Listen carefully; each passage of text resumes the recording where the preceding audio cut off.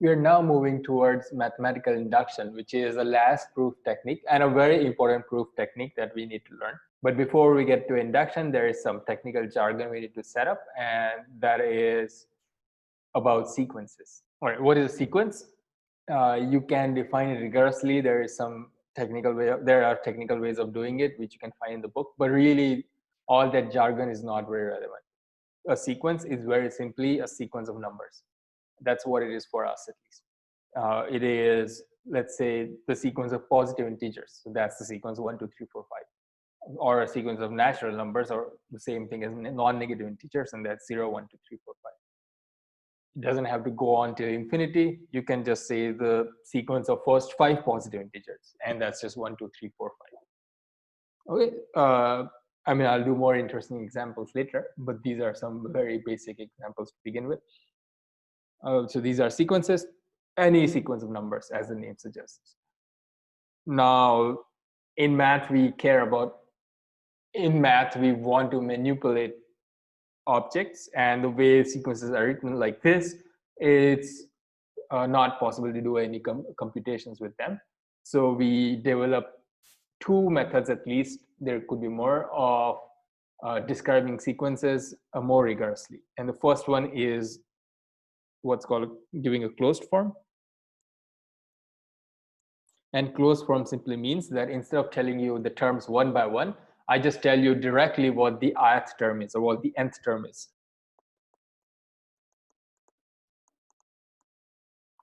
So let's go back to the previous examples and try to rewrite them using closed forms. So for the first one, the nth term, now here's something that for some reason students always get a little confused about. And that is, where do you start your sequence? Do you start it at A0, or you start at A1 and A2 or whatever? And the answer is, it doesn't matter. As long as you specify where you're starting, it really does not matter. So I can say that AN is N, and N starts at 1. So the sequence from this can be constructed as, first I figure out where to start. So I'm starting at 1 here. That tells me that my sequence is A1, A2, A3, A4, and so on.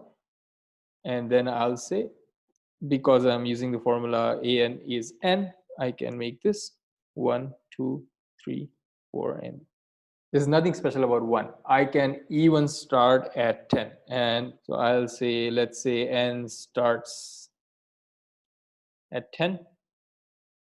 But I still want the sequence 1, 2, 3, 4, 5. So if my first term is A10, then my formula now changes to N minus 9. Okay, and let's see if this works. I'm starting at 10. So I am getting A10, A11, A12, so on. But then I use the formula for AN, which is N minus 9. So A10 becomes 10 minus 9, which is 1. A11 becomes 11 minus 9, which is 2. A12 becomes 12 minus 9, which is 3, and so on. So you see, I get the same sequence. I am just using a different formula for it. But that's okay. A different formula can give you the same sequence depending on how you, where you put the starting point. Now the second sequence I have is 0, 1, 2, 3, 4, the sequence of natural numbers. And again, I'll do this in 2 ways. I can say it is AN equals N, but now my N starts at 0. Or I can say that AN is N minus 1, and now here N starts at 1. And they both will give me back 0, 1, 2, 3, 4, and so on. And finally, the third one, which was, you just have the terms 1, 2, 3, 4, 5, just 5 terms. The simplest way to do this is AN is N. And I'll say N is between 1 and 5. So that's the closed form of describing sequences. Now we'll do some examples of sequences. Let me fix AN for the sequence. Oh, also, There's nothing special about a either. I can just use any variable. So like bn or seqn, you can have words. This is a sequence. Its name is seq, and its nth term is seqn. Why not? Okay, so that's an example of a name of a sequence. And let's, for the sake of simplicity, say that n starts at 1. Then there are these 4 sequences that we care about. Increasing means the terms gradually increase, and that can be written as an is less than an plus 1. And an example would be, say, seqn is n, and that is, and again, n is starting at 1. I'm fixing that. So that is 1, 2, 3, 4, and so on. Then non-decreasing is a weaker version of this. And I can have the next term be either the same as this or bigger. Now, an increasing sequence is also a non-decreasing sequence. But you can also have sequences which are like this. Just constant is non-decreasing. You can have a sequence which is like, and so on. There are the other variants which are decreasing and non-increasing. I'll just quickly write them out. There's nothing different about these either.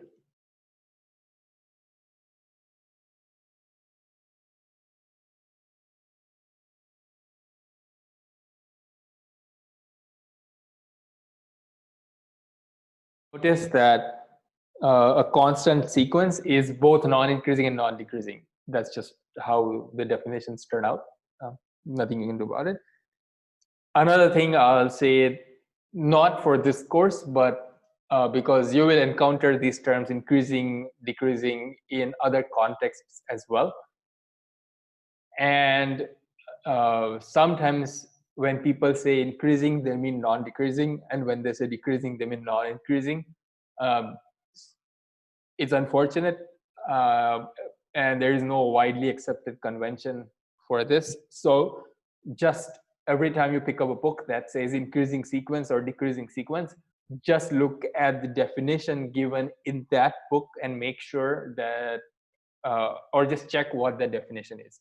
As long as you know what definition they're using, you can follow the rest of the book. So this is often a source of confusion. Be careful. Now we'll come to recursion. We saw the closed form way of giving a sequence. That is, I just tell you what the nth term is. But sometimes that's not possible, or sometimes that's not the right, sometimes that's not the most logical way of giving a sequence.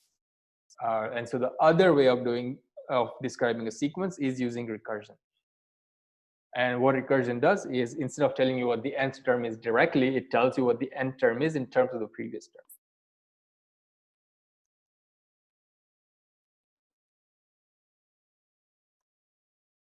And the most famous example of a recursive sequence is probably a Fibonacci sequence. So here I'll use FIB. This is the nth term in the sequence. Let's say n starts at 1. And the way I'll define this sequence is, I'll say that the first term is 1. I'll say that the second term is also 1. And then I'll put the nth term is the n minus first term plus the n minus second term.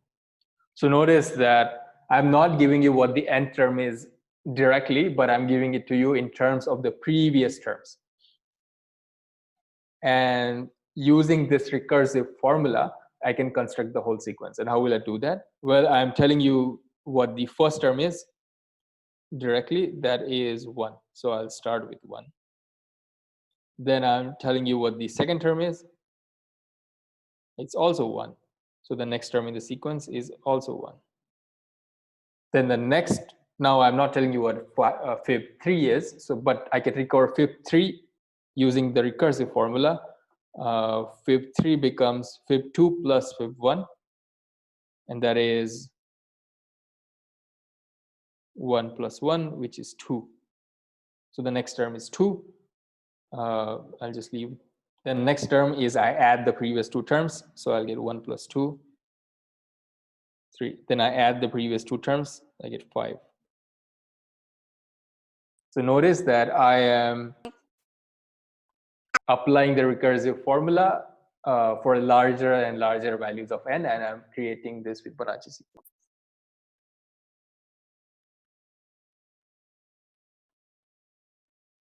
Oh, and if you look at the Fibonacci sequence formula, it doesn't make sense when n is 1, because if you plug in 1, I get fib 0 plus fib minus 1, but these two terms don't exist. So the formula only makes sense for n bigger than equal to 2. Okay, so that is the whole recursive sequence formula for Fibonacci sequence. Let me just rewrite this, clean things up a bit. So the recursive definition for the Fibonacci sequence will be as follows. I'll say that fib1 is 1. I'll say that fib2 is 1. And for n bigger than equal to 2, I'll say that fibn is.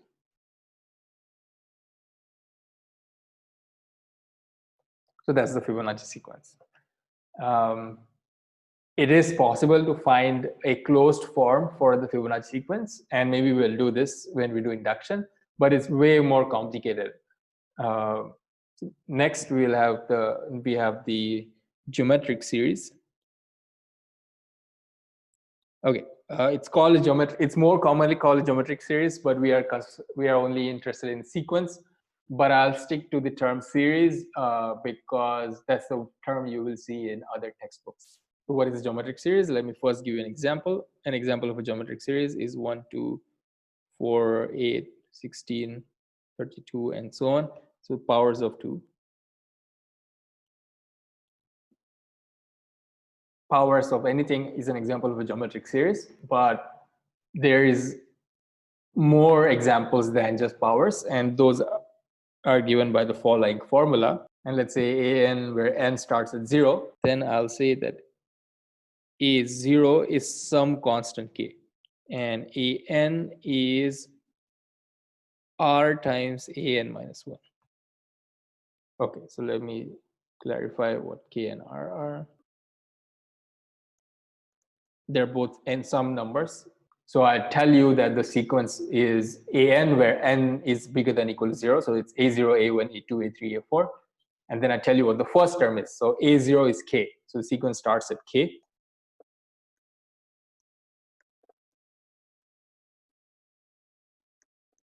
And then the subsequent terms are obtained from the previous term by multiplying by r. And r has a special name. R is called the common ratio. Why is it called the common ratio? Because you can rewrite this equation as saying that an over an minus 1 is r. So we are saying if you take the ratio of two successive terms, you get r. Hence, it's the common ratio. And if I were to expand this out, I will get a0, a1, a2, which can be rewritten as k. So the first term is k. That's where I'm starting. Then a1 is r times the previous term. So a1 is r times k. Then a2 is r times the previous one. So r squared times k. a3 is r cubed times k. And if I want to create a general form for this, you can see from this that it is r to the n times k. Now, before we move on, I really want to reiterate that I am starting my geometric series at 0. This is a very subtle point, but if you don't start at 0, you will get a different formula. If you start at 1, then you'll get an is r to the n minus 1 times k. If you start at 2, you'll get an is r to the n minus 2 times k, and so on.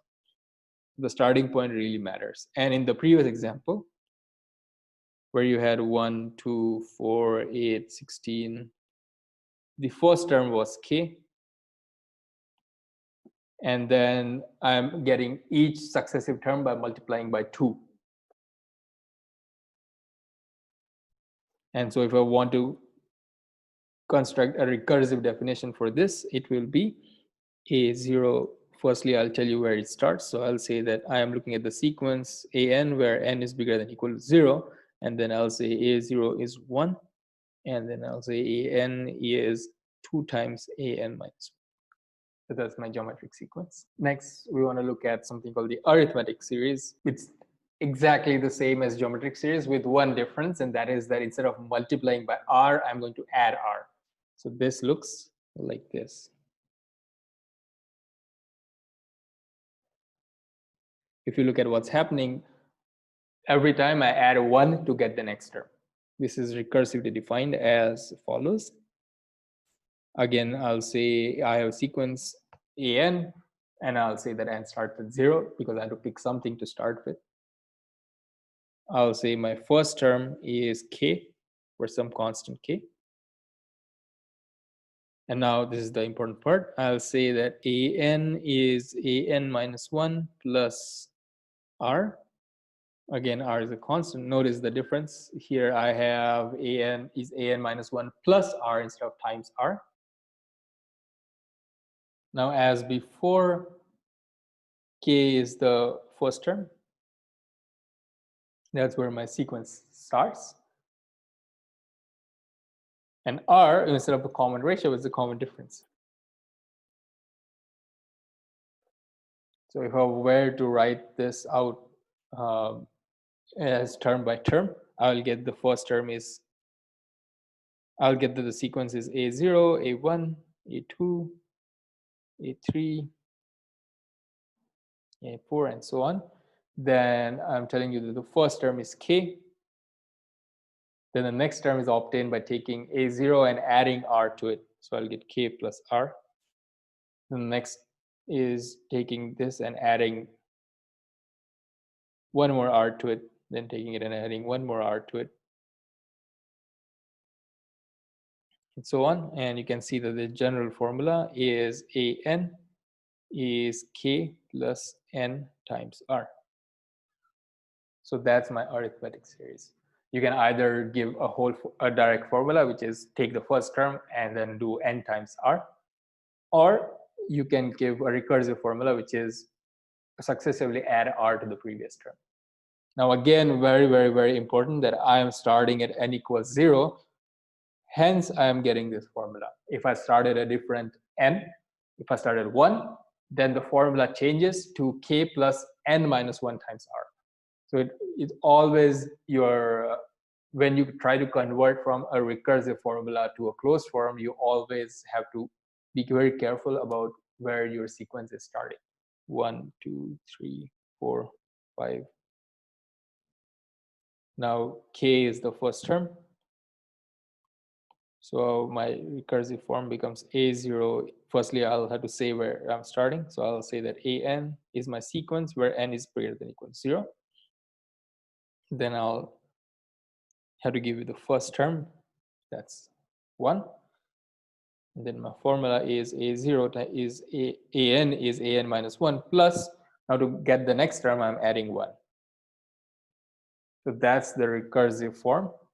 Let me summarize the geometric and arithmetic series. So we'll have a sequence an, and we'll say it starts with 0.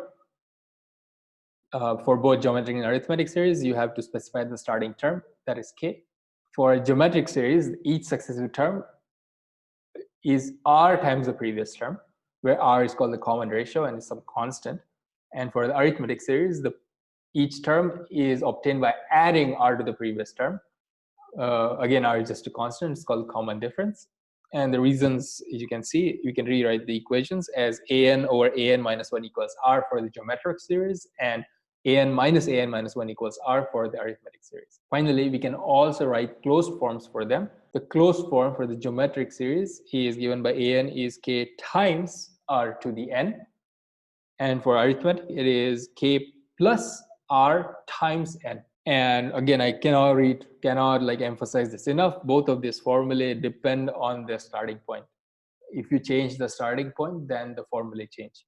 And the examples you should keep in mind is powers of 2 or powers of anything is the geometric series, and then positive integers or natural numbers are examples of geometric series.